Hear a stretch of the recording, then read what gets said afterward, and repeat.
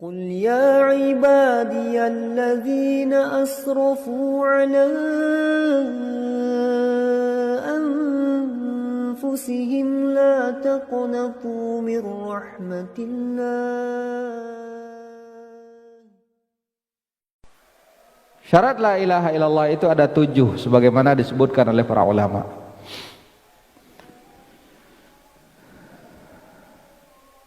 Yang pertama adalah al-ilmu bima'naha. Al-ilmu al-munafi lil jahli. Mengetahui makna la ilaha illallah yang dapat menghilangkan kebodohan.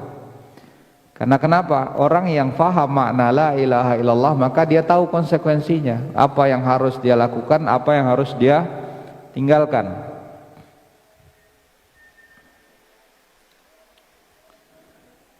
Syarat yang kedua adalah al-yaqin al-munafi lisyak.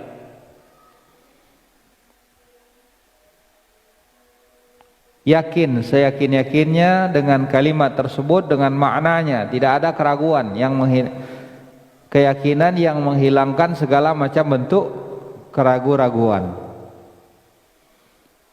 Ini syarat yang kedua. Syarat yang ketiga adalah al-qabul al-munafi lirradd. Menerima kalimat tauhid ini, tidak menolaknya, tidak seperti halnya orang-orang musyrikin dahulu ketika mereka diajak untuk mengucapkan la ilaha illallah, jawaban mereka justru aja'alal alihata ilahan wahida inna hadza la syai'un ujab.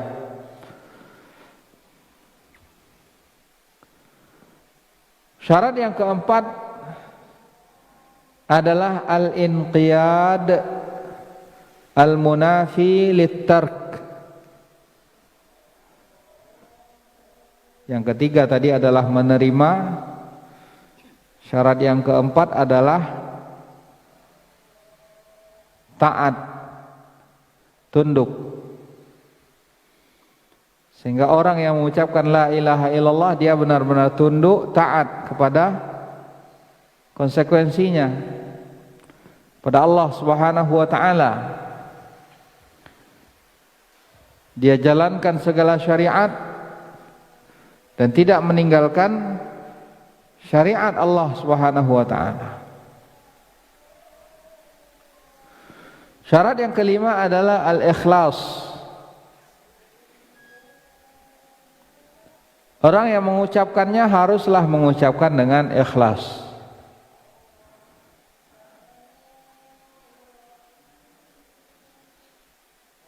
Semata-mata hanya karena Allah Subhanahu wa taala. Syarat yang keenam al-mahabbah, yaitu cinta terhadap kalimat ini, di mana konsekuensinya adalah apa? Mencintai ahlu tauhid, mencintai orang-orang yang mencintai kalimat ini, mencintai orang-orang yang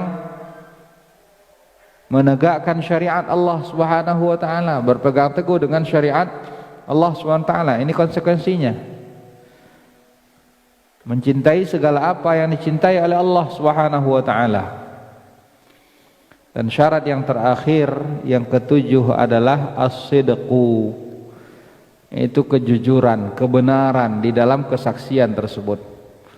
Orang yang bersaksi itu harus benar-benar di dalam kesaksiannya. Kapan seorang itu dihukumi sebagai orang yang shadiq, orang yang jujur dalam setiap berita yang dia sampaikan? Seorang baru dikatakan shadiq apabila berita yang dia sampaikan sesuai dengan kenyataan yang ada. Orang yang mengatakan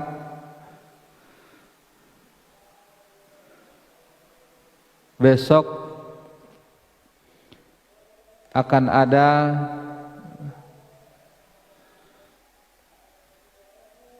tabligh akbar di masjid ini, maka orang yang menyampaikan baru dikatakan shadiq jika sekiranya ucapan yang dia ucapkan sesuai dengan kenyataan. Nah, ini satu tolak ukur untuk mengukur kebenaran syahadat seseorang.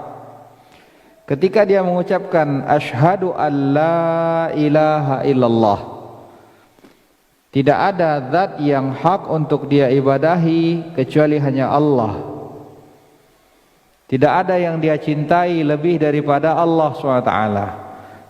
Tidak ada yang lebih dia taati kecuali hanya Allah Subhanahu wa taala. Maka kesaksiannya itu harus diukur dengan kenyataan yang dia tampakkan. Seberapa cinta dia kepada Allah, seberapa besar ketaatannya kepada Allah SWT. Kalau kita dapati cintanya kepada Allah itu sangat besar dan dia pun senantiasa taat kepada Allah, maka dia katakan shadiq di dalam syahadatnya. Dia jujur, dia benar di dalam syahadatnya. Tapi orang yang mengucapkan asyhadu an la ilaha illallah, namun ketika ada seruan Allah SWT, hayya ala salah misalkan, ada salah satu seruan Allah, dia tidak mau menjawab seruan Allah SWT, maka orang ini perlu dipertanyakan kebenaran dari syahadatnya. Karena orang yang benar-benar